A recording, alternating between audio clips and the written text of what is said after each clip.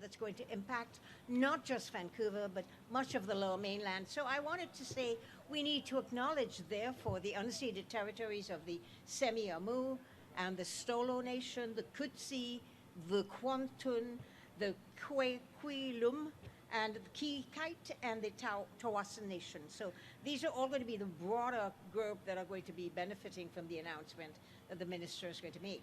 Now, Vancouver is a home to many diverse First Nations, and we just want to acknowledge that they are the first peoples here, the Métis and the Inuit, and we want to acknowledge them as the past, present, and future caretakers of this land.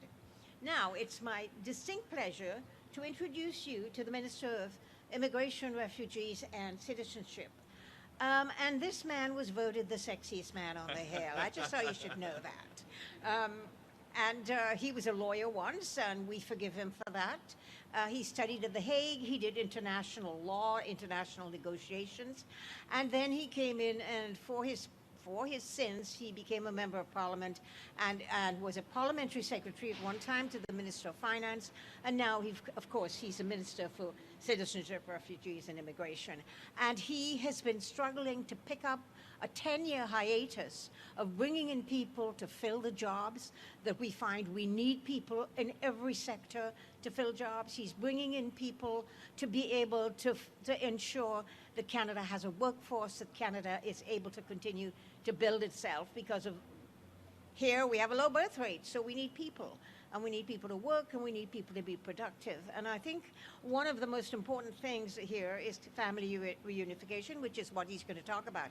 But we know that when you come to a country to become a Canadian, when you come here, you want to bring your family with you, because when you bring your family, you put down roots. And you start bringing, you start saying, you know, this is where I'm going to live. This is where my family are going to grow up. My children are going to have a stake in this. My grandchildren are going to have a stake in this. And therefore, immigrants and refugees begin to say, well, you know what? I'm going to build this nation. I'm going to make it strong. It's my country now. And so that's why family reunification is so very important. So on that note, I would like to hand the mic over to the Honourable Sean, Mr. Sexy Fraser. Thank you. That's good. Thank you, Wilson. Look, thank you so much, Hedy, Dr. Fry, for joining me in this event. I'd like to as well acknowledge my colleague, Wilson Miao, the Member of Parliament for Richmond Centre, for joining here today. Good morning, everyone. Thank you so much for coming. Bonjour à tous, merci d'être venu. And thank you, in particular, to Mark Lieberman and Mink Chocolates for providing us with the venue here today. Very appropriate, given the nature of the announcement that we're hosting it at a venue that's known for bringing couples together. We're here because we have some very good news to share that's been in the works for quite a few months, and for families who are wanting to come to Canada, and more importantly, to build their lives in this country. My belief is that families are meant to be together, especially during life's big moments, like moving to a new country. That's why we're working in Canada to help families reunite more quickly and easily, and to support them once they're here as well. You know, in Canada, immigration, it's not just something we do, it's who we are. It's part of our DNA. The reality is, if you're not from an Indigenous community, the opening chapter in your family's history was written by a migrant. It's a tradition we have in Canada that we continue to welcome newcomers. It's the way that we have developed over the more than 150 years of our history, and it's the way that we're going to continue to succeed in the future. Au Canada, l'immigration n'est pas seulement une politique, c'est notre identité. Le regroupement familial est l'une des principaux piliers du système d'immigration du Canada.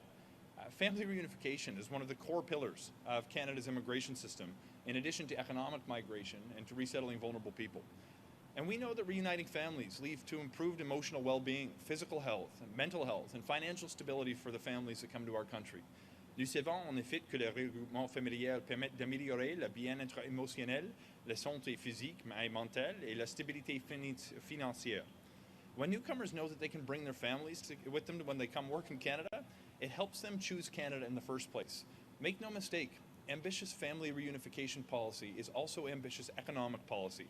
And that helps create a competitive landscape for our country in the global race for talent, which has only become more competitive over the last number of years.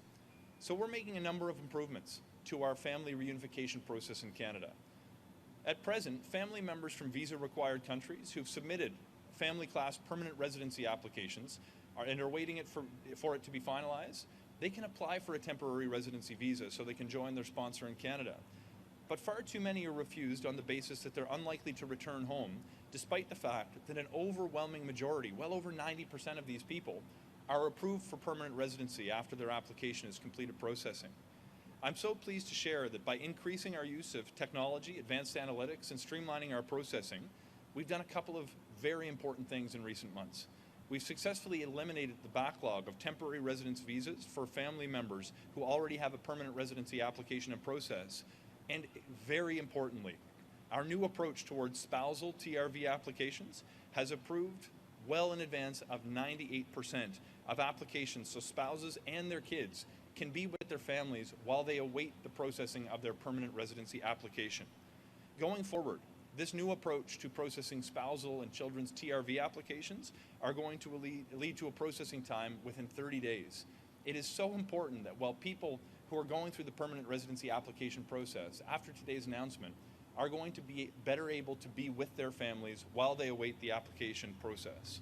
This means that family members will be able to travel to Canada more quickly and be with their loved ones sooner than was previously the case. Cette mesure signifie que les membres d'une famille pourront venir au Canada et retrouver le proche encore plus tôt. I'm also happy to report that our modernization efforts have enabled us to process new permanent residency applications within the 12-month standard that we enjoyed before the pandemic. We've been meeting that standard back since July.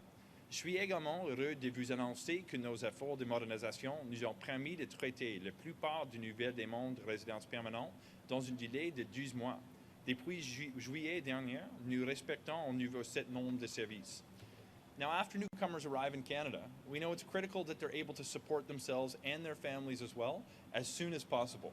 Après l'arrivée de nouveaux arrivants au Canada, nous savons qu'il est essentiel qu'ils puissent subvenir à leurs besoins et ceux de leur famille le plus rapidement possible. That's why we're also announcing today that we're launching a new initiative that will issue open work permits to spousal applicants and their dependent children, regardless of whether they applied under the Family Class Program for overseas applicants or under the Spouse or Common Law Partner in Canada class. C'est pourquoi j'annonce également le lancement d'une politique publique temporaire visant à délivrer des permis de travail ouverts aux demandeurs conjoints et à leurs enfants à charge. Cette politique s'appliquera aussi bien aux demandeurs d'outre-mer de la catégorie regroupement familial que ceux de la catégorie époux ou conjoints de fait au Canada. This initiative builds from a pilot program that was previously available under the In Canada Spousal Program only and is now being extended to applicants who make their application from outside of Canada.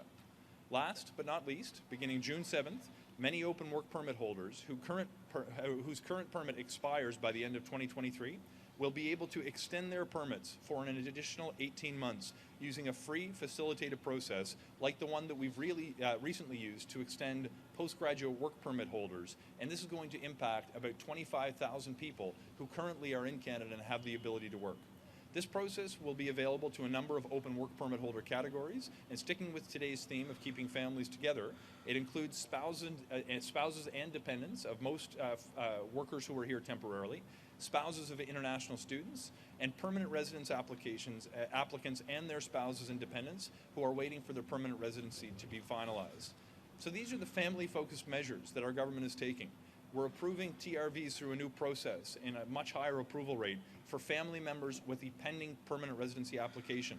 We're accelerating the process of temporary residence visas, and we're issuing open work permits to family members who find themselves in this position. Voilà donc les mesures axées sur la famille que prend notre ministère. Accélérer le traitement des visas de résidents temporaires et délivrer des permis de travail ouverts aux membres de la famille. I think these measures are going to benefit not just newcomers to Canada, but everyone who calls this country home. Our future is going to continue to be shaped by immigration in the years ahead, so we need to seize the opportunity to attract the people that we need to grow our economy, to strengthen our diversity, and to support our sense of community.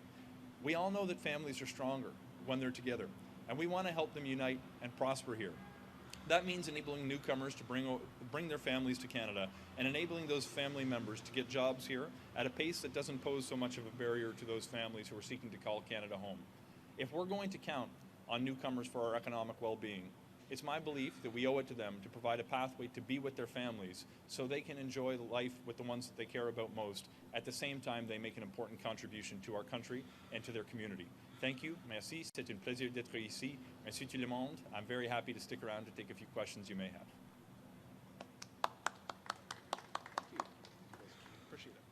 Oh, sorry. Sorry, it's okay. Thank you very much, Minister Fraser. I think that's a very important announcement for many people who know when I came here as an immigrant many years ago in 1970, I'm an only child and my parents were left as they age, and I worried about them a great deal and how they were going to take care of themselves and how I was going to take care of them, except they didn't want to come. They loved where they lived and wanted to stay there. But I think it's really important to put down those roots. So it's a great announcement, and to also be able to build the kind of base for economic growth, for jobs, and the security that comes with bringing your family with you. So without further ado, I'm going to open up for questions for the Minister. Thank you. Thank you, merci. Notre first question, la première question is from Tom Perry, CBC News. À vous la parole. Please go ahead. Hi, Minister. Thanks for taking our questions. I haven't actually seen a news release. I've just been taking notes as you've been going along here. Can I just find out, are you waiving this temporary intention requirement for spouses? Like, will they still have to say they're going to leave Canada? So we have a moderator here. We're just trying to sort out the AV to make sure we can hear. Okay. Just let me know when. Can you hear me now? Can you hear me now? Can you hear me now, Minister? Mr. Perry, just wait a moment. Sure, no problem. Your line is open, so thank you. Thank you. Hey, hey, 1, 2. Hey, hey, 1, 2. Thank you. Sorry about that. It's okay. Thank you, Minister. We'll now move on to our question and answer session with the media. Merci. Nous allons maintenant procéder avec la période de questions des médias. Welcome to those who have joined on the phone. Bienvenue à ceux et celles qui se joignent à nous par téléphone. We will alternate between questions here on the floor and those on the phone. Nous allons alterner entre les questions des journalistes sur place et sur téléphone. Participation in the question and answer session is for accredited members of the media. Before asking your question, we ask that you state your name and media outlet. In the interest of time, you may ask one question today.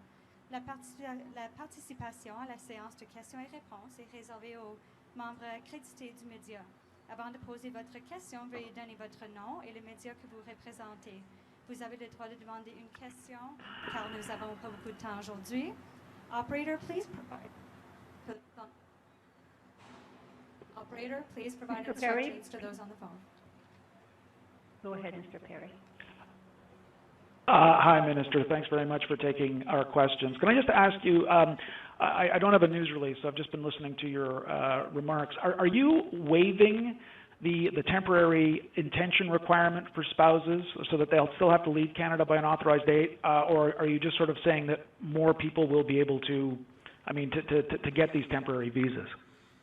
Look, thanks very much. It's an excellent question, and the mechanic operates differently than a waiver, and we've been testing it out over the past few months with a more limited cohort of applicants with a pending permanent residency application, and we found that the strategy we've employed that uses advanced analytics in particular to identify those permanent residency applicants who have a high likelihood of approval to ensure that they're approved for eligibility to come to Canada.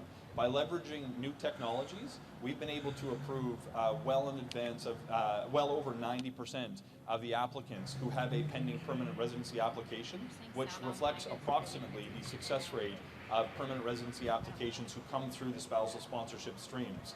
This is an extremely effective way to marry the ability for people who are going to be successful when it comes to permanent residency applications to similarly experience success when they apply to come here temporarily. This is a very important change in our approach that's going to allow the vast majority of people, again, well in excess of 90% of the spousal and children TRV applicants to be in Canada temporarily while they await the determination of their permanent residency without a formal waiver of the Regulation 179 sub B, for those who are familiar with it, that allows us to both respect the legislative obligations, protect the integrity of the immigration system, but still reunite families while they await final determination of their permanent residency application. Thank you, Minister. Can I ask what you mean by... Okay. Yeah, go ahead with your follow-up. Can I ask what you mean by advanced analytics? Yes, so at the end of the day, our officers still make every determination for eligibility. It's not something that's done automatically. No one is, it's not possible for anyone to be denied through this technological solution. But we've adopted new technologies over the past number of years at IRCC that allow us to look across a number of factors on a person's application, determine the likelihood that they're going to be eligible for permanent residency, and put those people in a category that's more easily approved more quickly and more easily with greater regularity by our officers. We use these new technologies across a wide variety of our immigration systems, and what we've seen is massive gains in productivity. But in this particular instance, we've been able to identify those applicants who we believe are going to qualify for permanent residency, which is the vast majority. Year to year, it'll be in the mid to high 90%, and we'll similarly have that kind of approval rate. Just for your awareness, since earlier this year, a few months back, we initially started with a little more than half of the applicants, and we've now been moving it to about 70% of the applicants, and very soon we'll be able to apply this new strategy for all of the spousal and family TRV applications. And what we've seen so far is an approval rate that similarly reflects the approval rate for permanent residency applications, often in the mid to high 90% range, which is excellent news. It demonstrates to me that this approach is working effectively and will allow more families to be together as they wait the processing of their permanent residency application. We're just going to move to a question on the floor here. Hi, Minister. Chuck Cheng with Canadian Press. Thank you for your time today. So I was wondering, how much will this new tool, in terms of helping family reunification, be reliant on database decision making or AI? Because there are some specialists who have expressed concerns about the use of AI potentially discriminating or leaving some family disadvantaged when it comes to considering their cases. So just hoping to get an idea how technology is going to be leveraged in this tool. Yeah, this is extremely important, and just to put to bed any fears that this is going to lead to discriminatory results, we in fact are seeing massive improvements in the approval rates and the timelines for processing. So just to put a finer point on this, the approval rate for the cohorts that we've been using have been in the mid to high 90 percentile range. This is very, very good news. It's a dramatic improvement for people who were hit or miss with their applications before. So it's led to better outcomes across the board, regardless of who might be applying. What we've seen is that when we use the advanced analytics, we can speed up the process for our officers. But just to dispel any fears that may exist, a human being who works for our department is still responsible for every final decision. It is not possible for an AI system or an advanced analytics system to make a final determination on a person's admissibility or eligibility. This is something that we need to continue to have our officers do to protect the integrity of the decision-making process, but by leveraging the tools, we can speed up the timelines and put the officers in a position to more quickly and more effectively render that final decision with an extremely high approval rate. Thank you very much. This next question is for Hedy Fry. Just please remind you one question and state your media outlet, please. Hi, Minister. Global News. Hello? Over here. Okay, sorry. Thank you. Yes, good. What do you think about the Safe Supply program and how it's being delivered? I think the Safe Supply program is essential to deal with the issue of tainted drugs that we are getting on the street scene. So Safe Supply is working in other countries. It's working very well in Switzerland. It's working very well in Portugal. It's working very well in the Scandinavian countries. And what it does is it saves lives. And when lives are saved, a lot of people who are addicted and who are living difficult lives suddenly find that they have a lease on life and they want to go into treatment. So Safe Supply is important first and foremost to save lives. I think there's a low number of drugs that we can get because there's a global supply problem here. And I think that we have some companies that are trying to create these drugs in Canada on a non-profit basis as safe pharmaceuticals. Thank you. Thank you very much, everyone, for coming, and that will conclude our event for today. Certainly. Just if I may wrap, is sure. it okay to offer a comment on that last question? I've got family members who work in healthcare that deal with people who live with addictions. We need to treat addictions as a health issue, not a criminal issue. The reality is Safe Supply, absolutely, the science will demonstrate, saves people's lives. The policies that we're seeing being peddled by the Conservative leader and other politicians who sit in the House of Commons is going to lead to more Canadians dying needlessly. This is something that we need to defend with everything we have to protect the well-being of Canadians. People will tell you it might be better to pursue recovery programs instead of safe supply. The two need not be mutually exclusive. It is extremely important that we continue to follow the science and focus on solutions that are going to allow a person to survive so they can seek the treatment they need to be well. You cannot save the life of a person who has already died of an overdose from an opioid addiction. If we actually treat people who live with addictions as human beings, recognize that we have the tools we need to keep them alive and can provide the services to protect their health and well-being, we will be better off over the long term. I've been frankly disgusted by some of the debates that I've seen play out, that people who I expect should know better are willing to score political points, knowing that the policies that they're advocating for are going to lead to more dead Canadians. It is not okay, and we need to continue to follow the science to protect the lives and well-being of Canadians who live with addictions and treat them like human beings who are in need of help, not criminal problems that we can easily dismiss. Thank you. And thank you very much, everyone. Pleasure to be with you in Vancouver. Thank you very much, Minister. Thank you. You're welcome to contact the Media Relations contact listed in the Media Advisor if you have any further questions. Thank you very much for coming.